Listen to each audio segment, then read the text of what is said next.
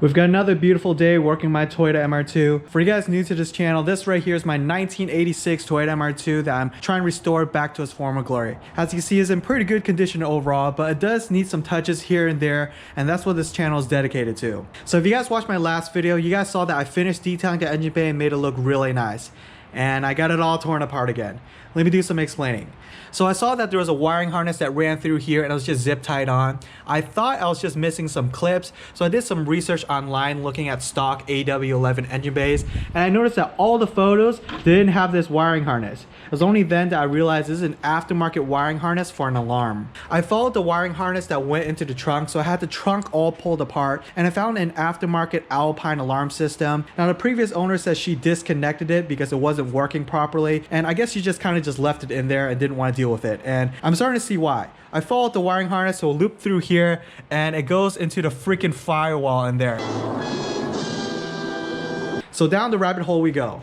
You can see I got the interior all pulled apart. The freaking harness goes into the headliner, into the carpet. I got all the trim pulled apart and even part of the dash.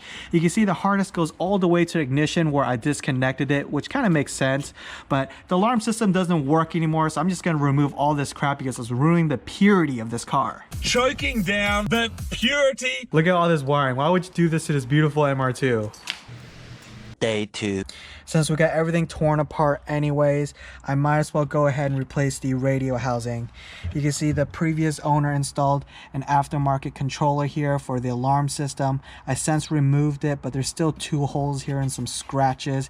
So we're gonna go ahead and replace this with another used part that I found for cheap. Here's the used piece right here. You can see it's a little bit dirty. I gotta clean up the surface rust, but there's no deep scratches or anything like that. So this should be a great replacement part for it. Here's the old one. We finally got it removed. You can see the 2 ugly holes right here that's ruining the purity, and here's the other one that I got, but luckily this one is still in pretty good shape and it cleaned up pretty nice. Just took a quick wire wheel to it and it's looking a lot better. We got most of the surface rust off, but you're not going to even see this under dash, so let's just send and put it back in. Honestly, removing the wiring harness was kind of a blessing in disguise. I had to remove all this crap to get to this radio trim anyways, so might as well do it while we're doing the wiring harness, right? Later.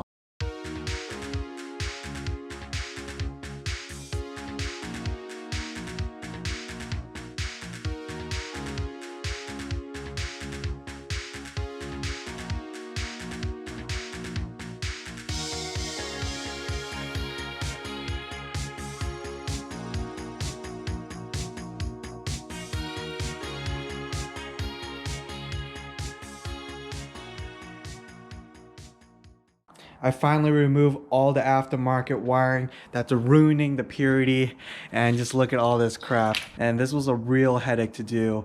I finished putting back the interior again, and then you could see we replaced the housing so no more ugly holes and scratches, and this thing cleaned up very nicely. But the real test is, will it start? The wiring did splice into the ignition, and I made sure I didn't cut any of the OEM wires. I just removed the aftermarket ones. So it theoretically should start, but it's a little bit nerve-wracking because, I don't know, maybe I bricked my car on accident.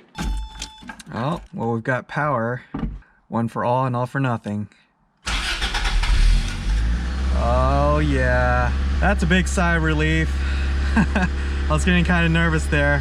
Starts right up, so we should be good, boys. Just a 4AG.